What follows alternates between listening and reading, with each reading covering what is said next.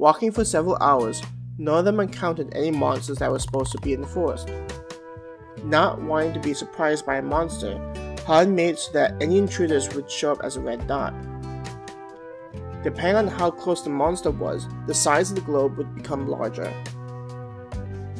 This would help him to keep a better watch for any ambushes. Though the teacher had told the groups that this wasn't a competition, there may be teams that would ignore this and attack other teams. The way the nobles had reacted to his group, he wouldn't be surprised if they decided to attack him. The two sisters seemed to enjoy the various sights and sounds inside the forest. Though the teacher had warned them not to become complacent, two girls found themselves pointing at animals. There were birds that would fly between the trees and deer-like animals that would wander the forest. With his intruder detection system, Han didn't feel worried about their lack of caution. If there were an attack, he would wait and give them an opportunity to experience the danger of this world. The best way to get them to not think of this as a common field trip was to expose them to danger. A part of him was thinking about whether he should create monsters of his own so that they could attack the sisters, considering there were none around, at least nearby. When he was about to create a monster, he saw 3 dots appear on his right. They were still small, so the intruder wasn't nearby. Wondering why there were 3 dots, he looked at Brittany and commanded, "I want you to go investigate possible intruders to the right of us. Make sure that they don't see you. I will give you shadow magic, so use it to gather intelligence." "Yes, Master," Brittany responded to his request. After receiving the powers given to her, Brittany turned into a shadow and moved up a nearby tree and streaked towards the intruders. Telling the girls to stay where they were, Han sat on a fallen tree and made a spike materialize. Throwing spikes at a nearby tree, he started to make his family's crest. When he was nearly halfway finished, he received a message from Brittany. "Master, there are 3 students that are heading towards you. The group belongs to one with the second prince in it, and from their expression, they are likely looking to cause trouble for you. I believe that one of the members has the ability to track other classmates, because they periodically stop to check that they are going the right direction. What would you like me to do?" "I want you to continue following them, but do not engage. I am curious as to what their intentions are," Han informed Brittany. "Celine, I need to take a quick restroom break, so I'll be walking a little ways away from the 2 of you. Make sure that the both of you stay vigilant. Even though we may not have encountered beasts, you do not know when they can appear," Han cautioned the 2 of them. After hearing their acknowledgement, Han teleported to a nearby tree's upper branch.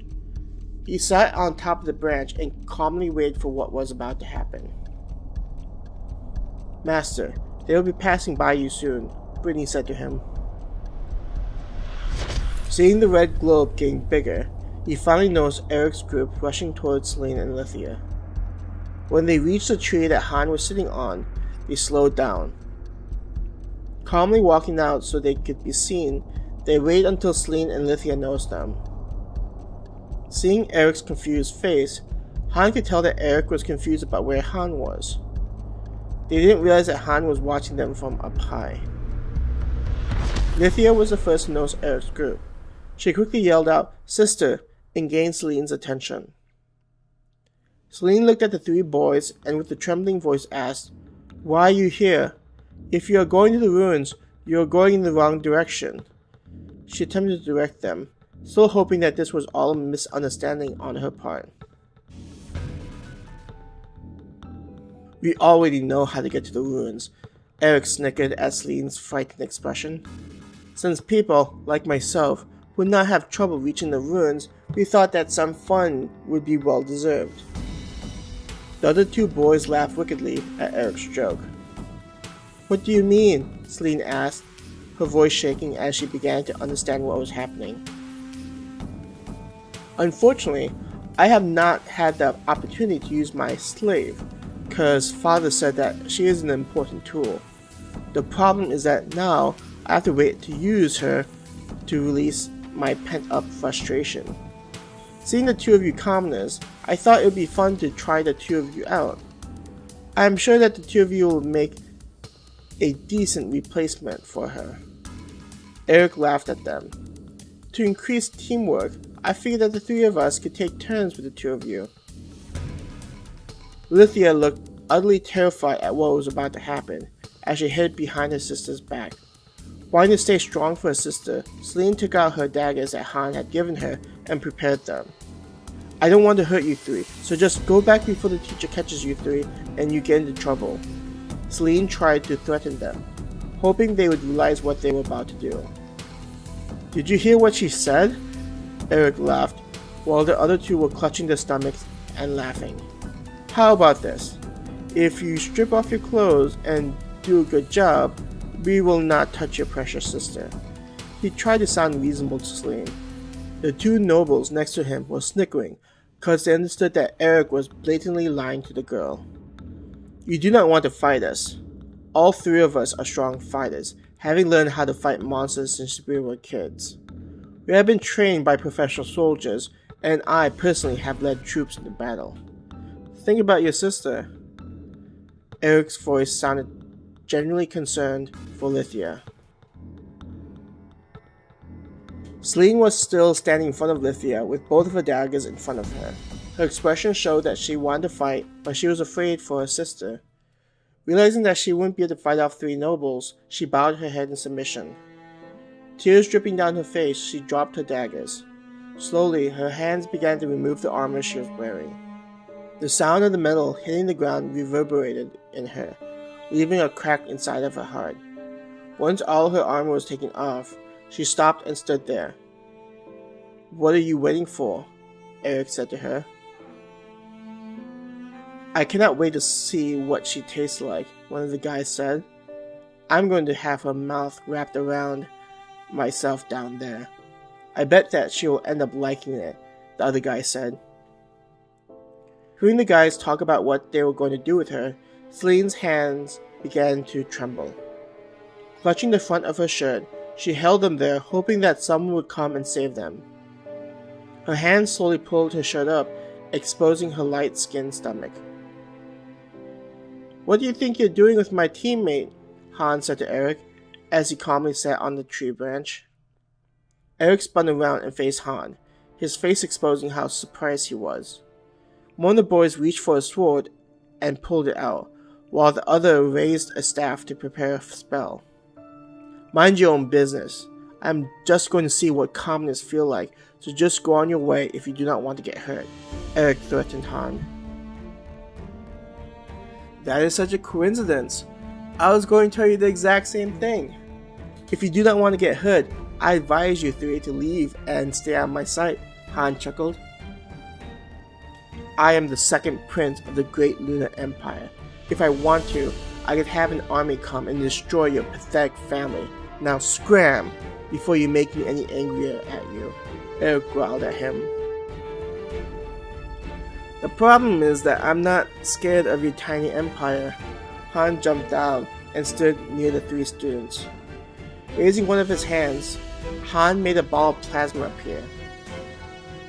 The ball of plasma radiated massive amounts of heat, making the three boys step back in fright. "Do you know what this is? This ball of plasma is so hot that if it hit you, there'd be nothing left. You'd be consumed so quickly and thoroughly that there'd not even be ashes." Han tossed the ball back and forth between his two hands. "I think the three of you need a demonstration." Taking the ball of plasma, Han increased its size so it was nearly 5 times as large. With a flick of his wrist, Han made the massive ball of plasma hit a tree that was 100 feet away. The tree being incinerated was an understatement, as the motion inside rapidly expanded and turned instantly into a gaseous state. In a moment, the tree exploded into thousands of pieces. Before doing this, Han placed a barrier around himself and his sisters. Fragments of the tree flew out in all directions, becoming like thousands of their daggers. If the tree had been close by, the splinters would have killed the three students before they even realized it. With the tree far enough away, the splinters still hit the three boys, but they weren't life-threatening. Han watched as the boys were on the ground, screaming in pain. As they were rolling on the ground, one of them was still able to cast a light healing spell on the 3 of them. Because the spell had to cover 3 people instead of 1, the strength was greatly diminished. The boy had to cast several times before the splinters were pushed out from their skin. They stumbled to their feet, holding up Eric, who was still out of it. When he began to regain his bearing, Eric looked at Han with utter hatred. "I will make you regret this," he screamed. The 3 of them quickly retreated away from Han and his sisters, tripping over the occasional tree root that was sticking out of the ground. Looking at Celine, who was still standing in front of Lithia, Han walked over to her. "I am sorry that I was not able to arrive sooner," he told her, trying to sound sorrowful. He also removed the barrier that was protecting her and her sister. Seeing Han, Celine ran towards him and held onto him, while bawling her eyes out. "I was so scared," she cried out, her body shivering in fright. Holding Celine, Han stroked her hair to calm her down. A part of him felt guilty about doing that to her, but this would also serve to be an important life lesson for the 2 of them. Monsters weren't the only things they needed to look out for, whether inside or outside of the city.